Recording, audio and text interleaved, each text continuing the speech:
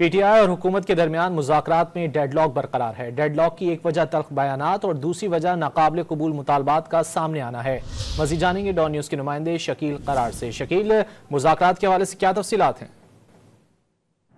जी बिल्कुल, इस हवाले से ज़राए का कहना है कि जो पीटीआई की क़यादत और हुकूमत के साथ जो मुज़ाकरात का अमल था उसमें बुध की शाम डेडलॉक पैदा हुआ है और वो डेडलॉक अभी तक बरकरार है। इस हवाले से ज़राए मज़ीद बताते हैं कि जो मुज़ाकराती अमल था उसमें चंद ऐसी बातें पीटीआई की क़यादत की तरफ से सामने आई। इनका एक तो सख्त लहजा था। आईजी इस्लामाबाद उस्मान जो है डॉक्टर उस्मान वो खुद इस वक्त इस्लामाबाद में मौजूद है और जो पंजाब के इलाके हैं अटक, जेलम, चकवाल जो इस्लामाबाद से मिल रहे हैं उन तमाम की जो सरहद है उनकी वो आज जायजा लेंगे।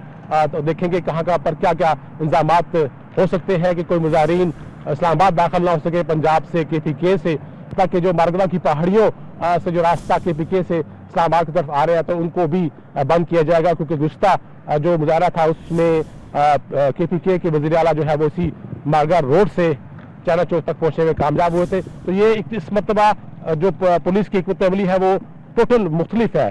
सिर्फ मुजाहिरीन को मुंतशिर नहीं करना बल्कि क्रैक डाउन करना है वक्त से पहले, और जो भी इस्लामाबाद आने की कोशिश करेगा तो उसके साथ पुलिस कमांडोज जो है वो सख्ती से निपटेंगे।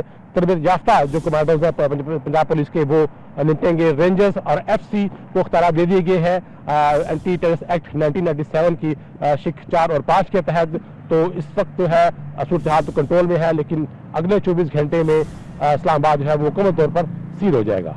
जी शकील करार, बहुत शुक्रिया इन तफसीलात।